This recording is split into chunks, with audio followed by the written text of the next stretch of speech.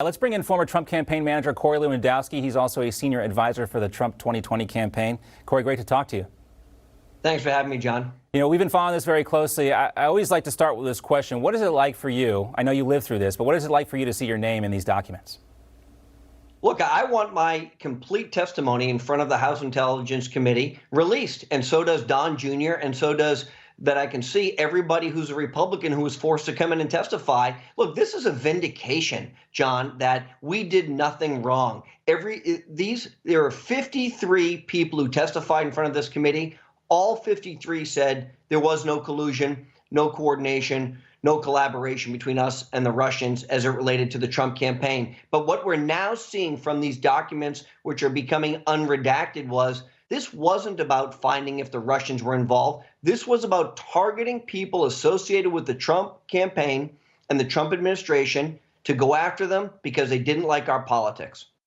Corey, I think a lot of this has to do when you read these documents that, it's like cognitive dissonance. They just could not believe that you guys were up to no good. They just could not get that out of their minds.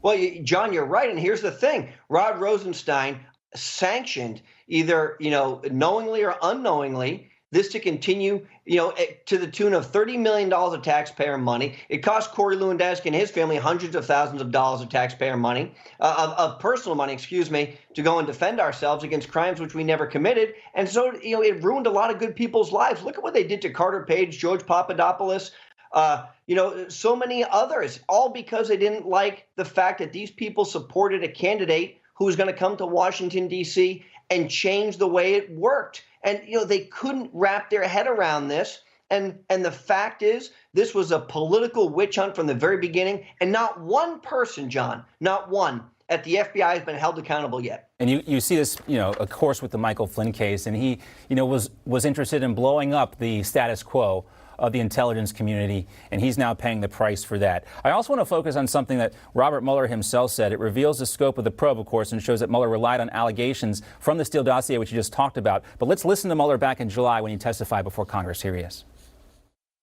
Let me back up a second, if I could, and say, as I said earlier, with regard to the Steele, that's beyond my purview.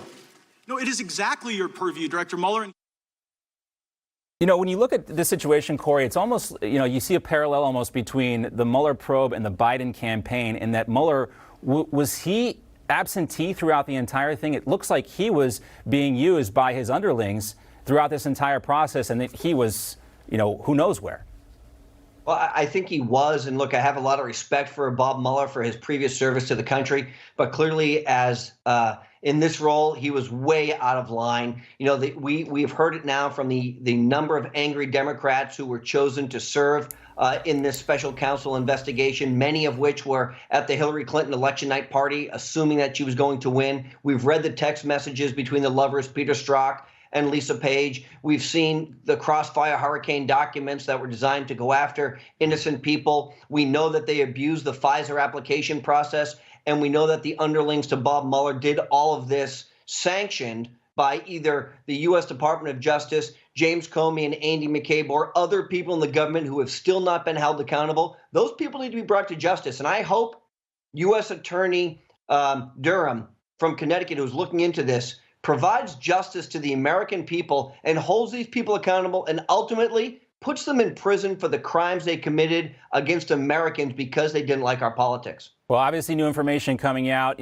We assume this is coming from William Barr and John Durham. That's why this stuff is getting out there and people want this information. They want to know about it. Corey, great to see you as always. Thanks so much. Thank you.